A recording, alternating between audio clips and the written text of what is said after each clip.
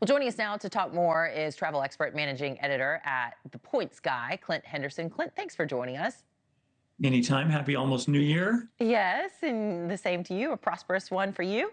Well, all these headlines, they're really a bit unsettling for people who are heading to the airport today, like me. I've got a flight in a few hours like I do every Sunday. What do you think people need to know? Is it just, kind of unluck that we're getting so many headlines right now, or is something going on? Yeah, you got to remember that air travel is the safest mode of transportation out there, much safer than driving, for example.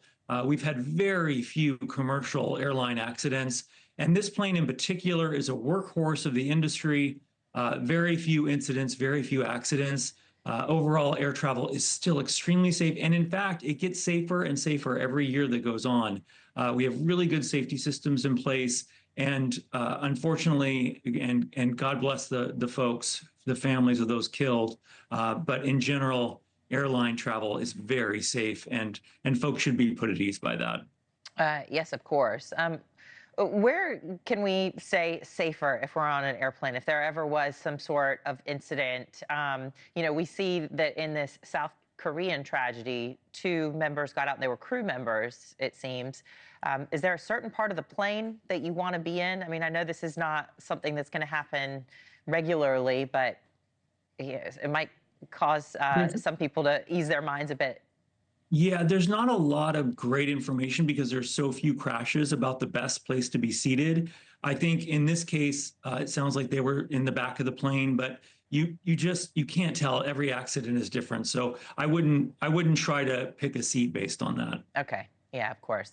Yeah. Let's talk about the grounding of those American Airlines flights on Christmas Eve, the grounding impacting hundreds of flights. What caused that glitch? Is that something that could continue to be an issue for American or any of the other airlines?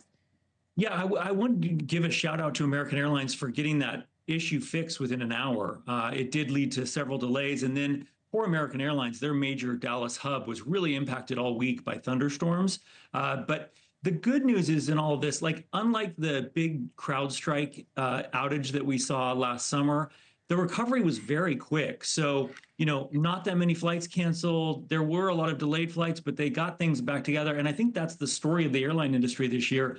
The recovery happens much quicker than it had been even a couple of years ago. I think the airlines have the staff they need. They have the employees to get things back up operational fairly quickly. So that's the good news in all this. Despite, some terrible weather this week, it hasn't led to mass cancellations for days on end like we had seen back in 2022. Yeah, I travel, like I said, every single Friday and Sunday between Charlotte and New York, and I'm actually pleasantly surprised normally at how quickly you're able to get through, especially if you have TSA pre-check, and a lot of people have Clear nowadays as well.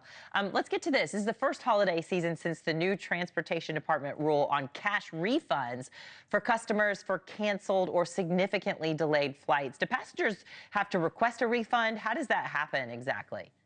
No, and that's the beauty of this new rule. If you decide not to take the flight, you should be getting a prompt refund back to your original form of payment without even having to ask for it. Now, here's the catch. The catch is if you take the rescheduled flight, you're not entitled to anything. There is proposed rules from the DOT that would compensate passengers, but that's going to be left up to the Trump administration whether they want to put those rules in effect or not. And you can bet the airlines are going to be campaigning against that. Yeah, and very often too, if you've already gotten to your destination, you got to get a plane ticket to get home. And if you buy them at the witching hour at the last minute, then prices are often unaffordable. That's anyway. where the beauty of points and miles come into play. If you've got a stash of points, that's when you pull out those points to book the flight. Absolutely, and that's another reason why we ought to stick with one airline wherever possible to be able to get status and things. Before we let you go, I want to ask you about the best getaway destinations for 2025 as we are in New York City freezing at the moment. But when is the best time for people to book these holidays for next year? So you want to start looking at spring break flights now because that's going to be the next really expensive period. And you want to book domestic flights 1 to 2 months ahead of time and international 6 to 8 months. And international is where it's at. Everyone wants to go to the most exotic destination they can. Asia is on fire. And guess what? The US dollar is so strong right now, it makes a lot of sense to travel internationally. Thanks for watching. Go to joinnn.com to find News Nation on your screen. And don't forget to click the red subscribe button below to get more of News Nation's fact-driven, unbiased coverage.